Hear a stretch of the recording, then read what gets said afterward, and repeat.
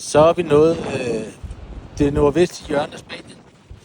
Der hvor Biscay-bugten møder Atlanterhavet. Der er et lille fyr, som viser, det er den vestligste hjørne, nordvestlige. Her har vi Atlanterhavet. Voldsomt kræfter i de her bølger. Jeg vil sige, der ligger et lille skib derude, vi kan lige prøve at se, kan jeg se det. Det kæmper lidt. Jeg skal holde det meget stille.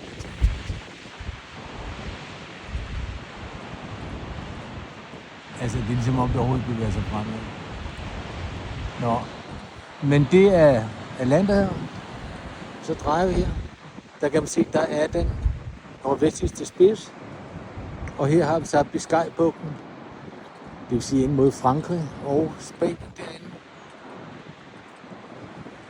Og der er gode bølger i dag. Jeg tror, surferdrengene er glade. Der er virkelig store bølger.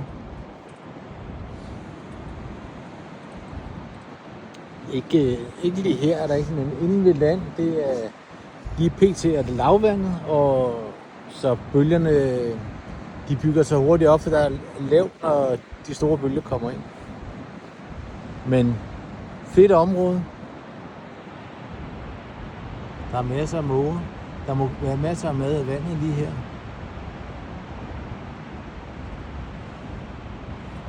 Nå.